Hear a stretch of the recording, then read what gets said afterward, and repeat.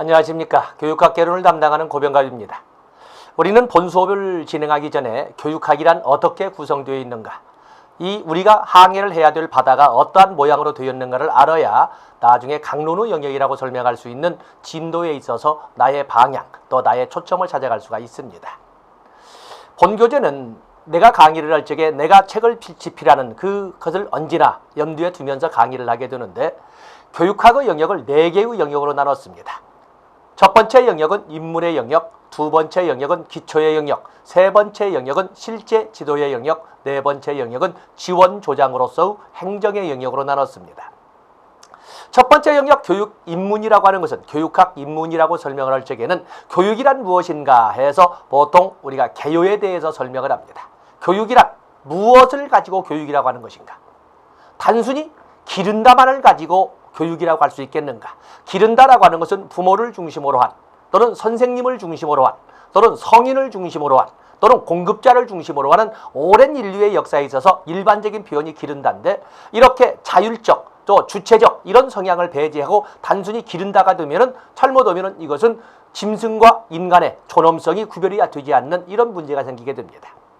더욱이나 오늘날처럼 공급자 중심이 아니라 수요자 중심이고, 그리고 생산자 중심이 아니라 소비자 중심의 시대, 교사 중심이 아니라 학습자 중심의 시대로 전환되는 이 과정, 그리고 정형화된 시대가 아니라 다변화되어 가고 다원화되어 가는 이 시대에서는 스스로가 스스로의 방향을 만들어 갈 수 있도록, 또 스스로가 맞으면 자기의 방향을 이끌어 갈 수 있도록 이게 분위기를 조성하는데, 그 때문에 이제는 기른다는 용어 가지고는 설명이 되지 않습니다.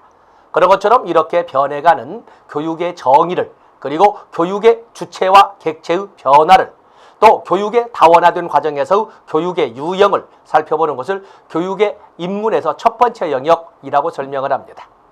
그리고 나서 이러한 교육들은 실질적으로 우리나라와 그리고 세계 각국의 이 교육은 어떻게 변화해 갔는가를 교육사, 그래서 한국 교육사와 서양 교육사로 이렇게 설명을 하되, 동양 교육사는 한국 교육사를 진행하면서 거기에 사족으로 약간 붙임으로써, 왜 사족이란 표현을 쓰냐면은 출제 비중이 없지 않아 있지만은 10년에 한 번 정도 나오기 때문에 우리의 강의는 보다 효율적인 강의가 되어야 하는 거거든요. 그러다 보니까 우리가 동양 교육사는 한국 교육사를 할 적에 덧붙이는 방향으로 진행을 할 겁니다.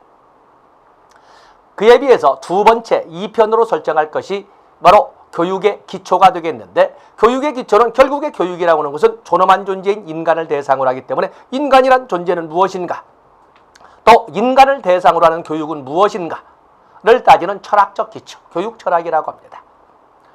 또 그런가 하면은 이 교육의 본질을, 인간의 본질, 교육의 본질을 따지는 철학적 기초를 넘어서서 이제는 인간의 분석으로 들어가는 인간의 이해의 영역이라고 설명할 수가 있는데, 인간 이해 영역을 우리는 사이콜로지 해서 심리학이라고 설명을 합니다. 바로 이 인간 분석 영역을 교육 심리학이라고 합니다. 인간이란 어떤 존재인지를 알아야 인간에게 유용한 것을, 인간에게 필요한 것을, 인간에게 필요할 것을 이렇게 가르치게 되는 거거든요. 그래서 두 번째 영역으로서 심리학적 기초, 교육 심리학. 또 우리가 살고 있는 이 세상, 결국 우리는 환경이라고 설명합니다만은, 모든 인간들은 환경으로부터 자유로울 수가 없는 겁니다. 자유로울 수 있는 인간은 존재하지 않습니다.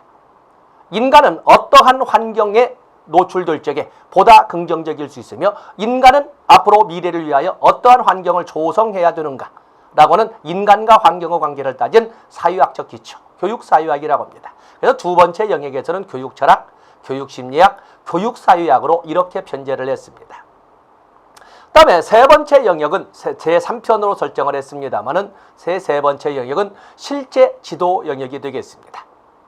교육이라고 하는 것은 아무렇게나, 아무거나, 아무 때나 가르치는 것을 교육이라고 하지 않습니다. 인간은 존엄한 존재인 것만큼 인간 존엄성의 기초에서 인간 존엄에 상응하는 것을 상응하는 방법으로 필요한 때에 인간에게 유용한 방향으로 가르칠 때 교육이라고 하는 겁니다. 그렇지 않으면 짐승을 기른다는 훈련에 불과합니다. 그렇기 때문에 무엇을 왜 가르쳐야 하느냐를 가지고 고민한 철학 기초의 바탕을 두고 있는 교육과정, 커리큘럼이라고 합니다.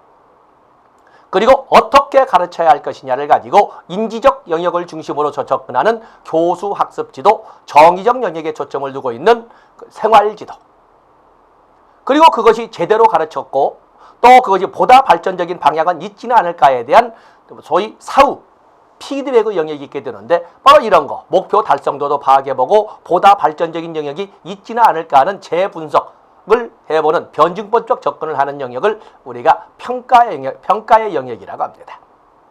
그래서 교육평가에 대한 도구로서 교육연구 또 그런가 하면은 교육통계 이런 영역을 교육평가의 영역에 같이 묶어서 정리를 할 겁니다. 그렇기 때문에 제3편에서는 커리큘럼이라고 할 수 있는 교육 과정과 그리고 교수학습지도, 생활지도, 그리고 교육평가 일반 이렇게 해서 4개의 장으로 구성이 될 겁니다. 그리고 마지막 교육이라고 하는 것은 땅 파가지고 이끌어가는 것이 아닙니다. 열악한 환경이라고 하는 것은 인간의 환경이 열악해짐으로써 인간의 미래가 불안정해집니다. 그렇기 때문에 이 교육이라고 하는 것은 열정적인 소프트웨어를 가지고 있어도 탄탄한 하드웨어가 있지 않으면 구성되기가 어렵습니다. 바로 이런 소프트웨어와 하드웨어에 대한 지원, 조장을 해주는 영역을 우리가 교육행정이라고 합니다.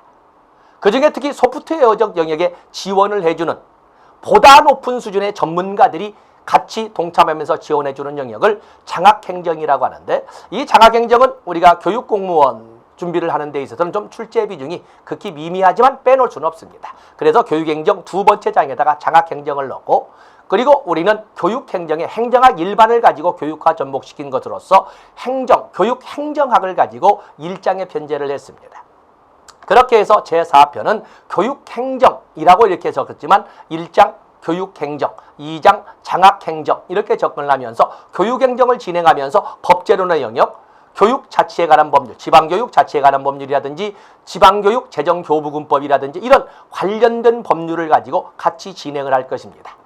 그런가 하면 우리가 결코 빼놓을 수 없는 법이 더 있지요. 교육기본법, 초중등교육법, 우리가 빼놓을 수 없는 것 등이 다 그 내용에 들어 있습니다. 그래서 교육행정이라고 이 일장을 잡았지만은 교육행정에는 행정 및 정책 및 그리고 법제의 영역이 같이 포함되어 있다라고 이렇게 보시면 됩니다. 여러분들은 아마 다른 선생님들께서도 많이 들었겠지만은 어떤 과목을 공부하더라도 첫 번째 할 것은 내 손으로 내가 돌아다녀야 될 이 바다가 어떻게 되어 있는지를 그려볼 수 있어야 됩니다. 바로 그것을 목차를 꼭 정리해 보세요 라고 하거든요. 그러면서 목차를 정리해 놓고 붙여놓고 내가 공부하면서 내가 지금 가끔 목차를 떠들어 보면서 내가 지금 어디에 나가고 있지, 내가 어디쯤 가고 있지, 내가 어디를 공부하고 있지, 이걸 여러분들이 자꾸 확인을 해봐야 됩니다.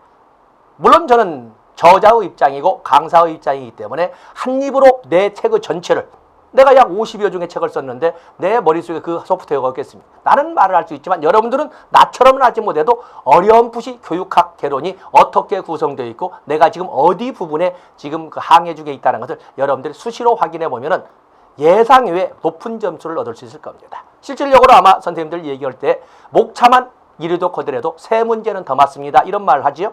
바로 그 영역이 바로 오늘의 수업의 내용이 되겠습니다. 어쨌든 저의 수업의 특징이라고 하는 것은 간결요약, 양적 개념보다는 질적 개념으로 그렇게 해서 출제 비중 A급을 중심으로 진행을 하는 간결요약체 강의입니다. 그렇기 때문에 여러분들은 저를 어떤 저와 인연을 해주셨다면 저를 믿어주셔야 됩니다. 믿고 시작해야 되는데 동영상을 하시는 분들의 많은 분들이 가끔 착각을 합니다. 강의는 듣는 것에 대한 앞선 사람의 목소리일지는 모르지만은 시험용 강의는 다릅니다. 시험은 여러분들은 토익 시험이 아니기 때문에 시험은 눈과 손으로 보는 것이지 귀와 손으로 보는 것, 눈과 귀로 보는 것이 아닙니다. 귀는 아닙니다. 근데 대부분 분들이 대단히 난망스러운 얘기가 되겠으면 건방을 떠는 거지요. 대부분 강의를 들을 적에 네일 아트를 하고 있지요. 손톱을 깎고 있고 거기다가 손장난을 하고 있고 귀로만 수업을 듣습니다. 여러분 수업은 귀로 보는 시험이 아닙니다.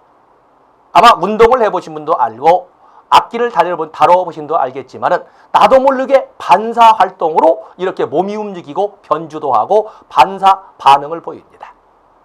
바로 그런 것처럼 시험도 마찬가지입니다. 머리에서는 도저히 무슨 문제인지는 모르는데 손은 답을 찾아가게끔 여러분들이 진정 합격하고 싶으시다면 시험이 끝나는 순간까지 필기구가 손에서 떨어지면 안 됩니다. 눈과 손은 혼연일체가 되어야 됩니다. 제 수업에 여러분들 서로 면대면 관계는 맺고 있지 않지만은 여러분들은 내 수업에 같이 동참하면서 필기구 드시고 필기구 놓고 그리고 같이 동참하면서 같이 판서해 나가면서 진행을 할 겁니다. 그래서 나중에는 이 수업이 끝났을 적에는 그야말로 1000페이지가 500페이지로, 800페이지가 400페이지로, 그리고 더 나아가서는 실질적으로 우리가 노트 정리원 선임자 앞에 합격한 분들의 얘기를 들어보면 고작 노트 한 30페이지 정도로 정리가 될 겁니다.